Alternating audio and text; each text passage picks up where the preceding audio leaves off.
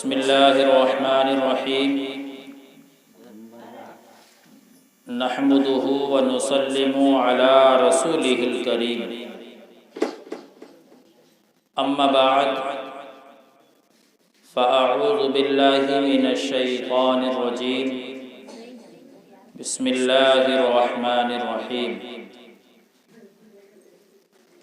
इज़ा सल्लैतुम अलल मय्यिति फ़अख़लिसू लहु दुआ आमन्तु बिल्लाहि सदक़ल्लाहुल अज़ीम व सदक़ रसूलुहुन नबियुल अमीनुल करीम व नहनु अला ज़ालिका लमिनश शाहिदीन व शाकिरीन वल्हम्दुलिल्लाहि रब्बिल आलमीन। आप मुझसे पहले क़ारी इब्राहीम साहब से अच्छे अंदाज में नातो मनक़बत समाअत कर चुके। उससे पहले मौलाना शमीम अहमद साहब क़िबला से नात और तकरीर समाअत की। मैं भी कुछ देर के लिए हाजिर हूँ, लेकिन एक आपसे अर्ज़ है। मैं आज तकरीर नहीं करूँगा, सबक पढ़ाऊँगा और सबक उसी के समझ में आएगा जो गौर से सुनेगा। मोबाइल तो भाई आपके पास बाजू में रहेगा, 24 घंटे आपके पॉकेट में रहेगा। हम तो आधा पौन घंटे के मेहमान हैं, चले जाएंगे। हमारे सुन लीजिए, मोबाइल को बाद में चलाइएगा। उलमा बयान फरमाते हैं कि जहाँ पर ये मजलिसें हुआ करती हैं, उन मजलिसों को अल्लाह के मुकर्रब फरिश्ते अपने नूरानी परों से ढाँप लिया करते हैं। और आप इतना भी जानते हैं, समझदार लोग हैं, कि अल्लाह ने 18,000 मखलूक पैदा की, उनमें 2 मासूम हैं, इनसे कोई गुनाह नहीं होता है। सारे नबी और सारे फरिश्ते ये मासूम होते हैं, झूठ नहीं बोलते हैं, गुनाह नहीं करते हैं। ये इस मजलिस में आने की जहां बरकतें हैं, इस मजलिस को सजाने की जहां बरकतें हैं, वहीं पर इस मजलिस का मजाक बनाने पर आज़ाब भी है। हज़रत जुनैद बगदादी इरशाद फरमाते हैं कि जो मजलिसे मिलादे रसूल की ताज़ीम करे, गौर करना है जुमले पर, अगर चाहते हो कि हमारा खात्मा ईमान पर हो जाए और कब्र में जाकर फरिश्तों की पिटाई से हम बच जाएं, अल्लाह के अज़ाब से बच जाएं, तो फिर जुनैद बगदादी के इस कौल पे अमल करना। जुनैद बगदादी इरशाद फरमाते हैं कि जो नबी की मिलाद की मजलिस की ताज़ीम करे, अदब करे, वो दुनिया से ईमान के साथ जाएगा।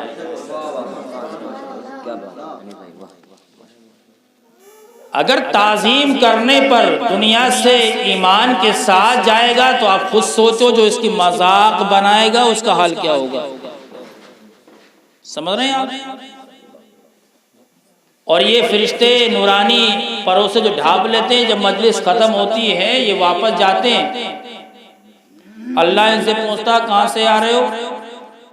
अल्लाह सब कुछ जानता ना, कौन क्या कर रहा है सब कुछ जानता है मेरा रब। किसके दिल में क्या चल रहा है वो सब जानता है। लेकिन ये फरिश्तों से पूछता है, मेरा परवरदिगार तुम कहाँ से आ रहे हो? ये फरिश्ते अर्ज़ करते, मौला हम फला जगह गए, वहाँ कुछ तेरे बंदे तेरा जिक्र कर रहे थे, कुछ तेरे बंदे तेरा जिक्र सुन रहे थे। कहेंगे ना कहेंगे? तो ये भी कहेंगे, मौला कुछ बंदे तेरे जिक्र की महफिल में बैठ के हंसी मजाक कर रहे थे। कहेंगे नहीं? अब जरा आप सोचें, फरिश्तों को आप गवाह किस चीज़ से बनाना चाहते हैं, नेकियों पर या हंसी मजाक पर? नेकियों पर बनाना चाहते हैं तो फिर खामोशी के साथ बैठें, अदब के साथ बैठें। अल्लाह ताला मुझे और आपको इस महफिल की बरकतों से माला माल फरमाए। ये मजलिस एक बरसी के ताल्लुक़ से सजाई गई है। हमारे जमालुद्दीन भाई के वालिद साहब का आज से 1 साल पहले इंतकाल हुआ। अल्लाह करीम उनकी मग़फ़िरत फरमाए।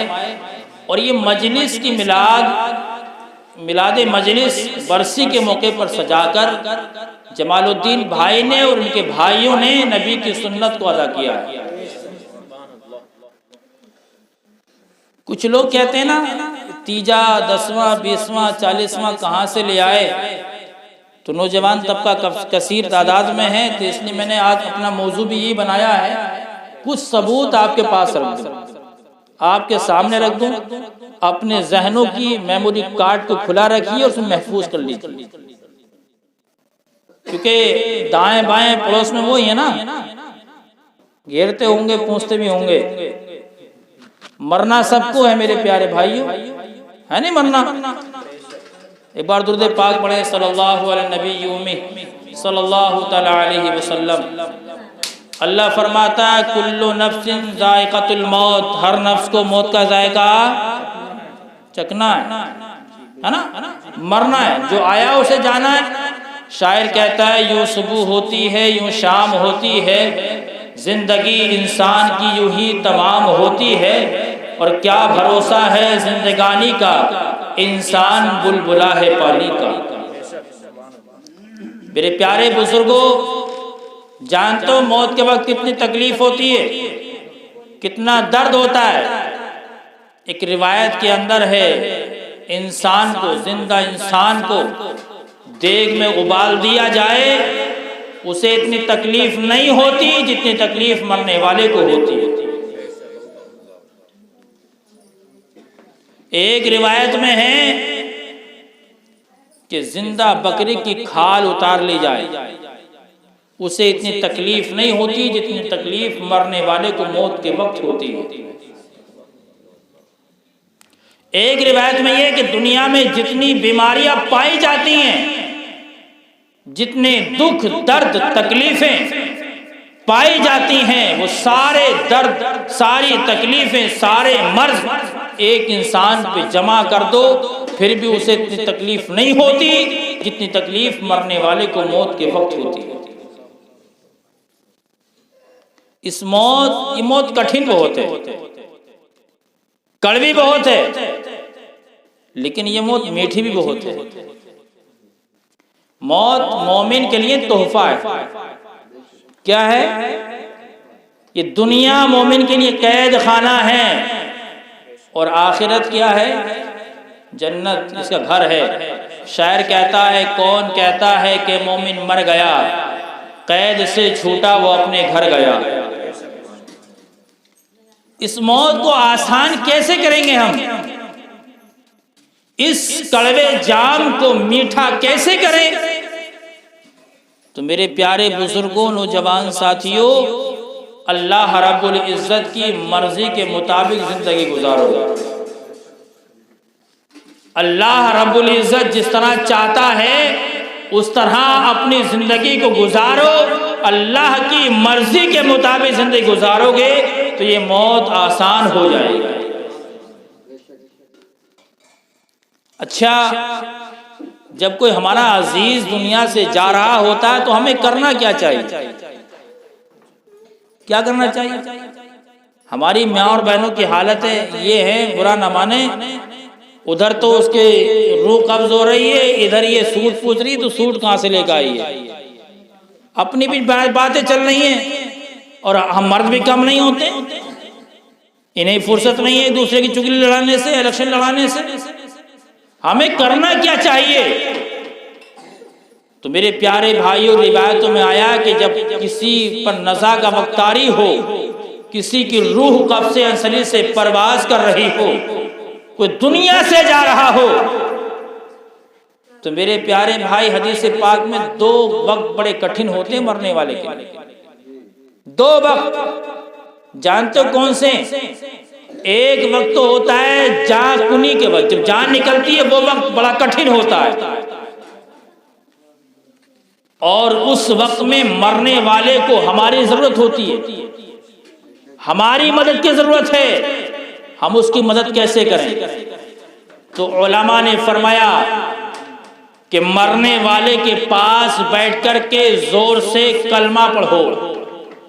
क्या पढ़ो? पढ़िए बार जोर से कलमा, ला इलाहा इल्लल्लाह मुहम्मदुर रसूलुल्लाह, है ना? कलमा पढ़ो।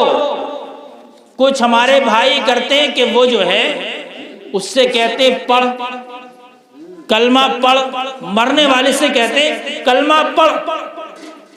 तो मरने वाले से कलमा पढ़ने के लिए कहना नहीं चाहिए, बल्कि उसके पास बैठकर के कलमा जोर से क्या करना चाहिए? कलमा पढ़ना चाहिए। उससे पढ़ने के लिए कहना नहीं चाहिए। क्यों? मरने वाले को प्यास बड़ी शिद्दत की लगती है, प्यास का आलम होता है। उधर शैतान ठंडा ठंडा मीठा मीठा शरबत का प्याला लेकर हाथ में खड़ा होता है। यह हदीस पाक का मफहूम बयान कर रहा हूं। और मुर्दे के सामने आके कहता मुझे खुदा कह दे ये शरबत का प्याला पिलाऊंगा। उधर मुर्दा मरने वाला कहता मैं तो नहीं कहता, शैतान से मना करता मैं तो नहीं कहता।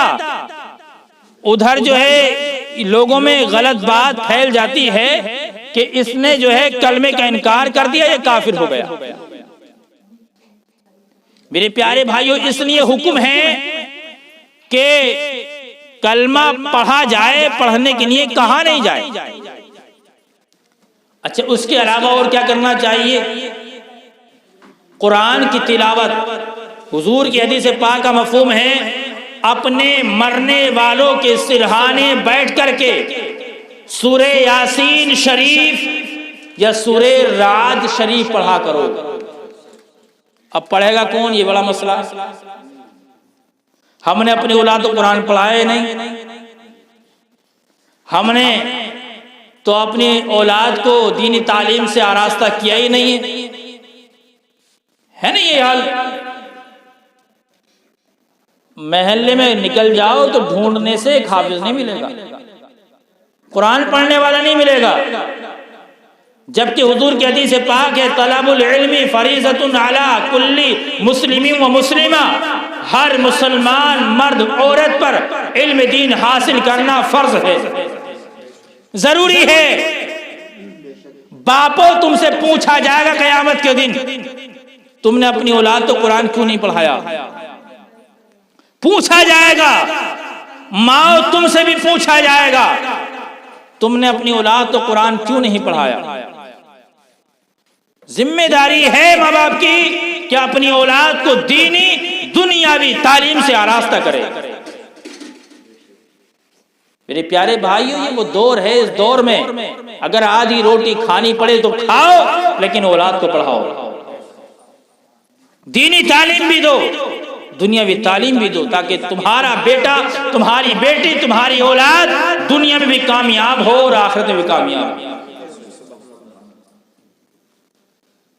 मेरे प्यारे भाइयों, और आज का ये फितन दौर, इमामों की, हुफ्फाज की तो लोग कदर नहीं समझते, बड़ी गिरीवी नजरों से देखते हैं। लेकिन याद रखो, जहां दुनियादारों के सफर खत्म होते हैं वहीं से मदरसे की टूटी हुई चटाई पर बैठ करके क़ाल अल्लाहु तबारक व तआला व क़ाल रसूलुल्लाह सल्लल्लाहु तआला अलैहि वसल्लम की सदाएं लगाने वालों का सफर शुरू होता है।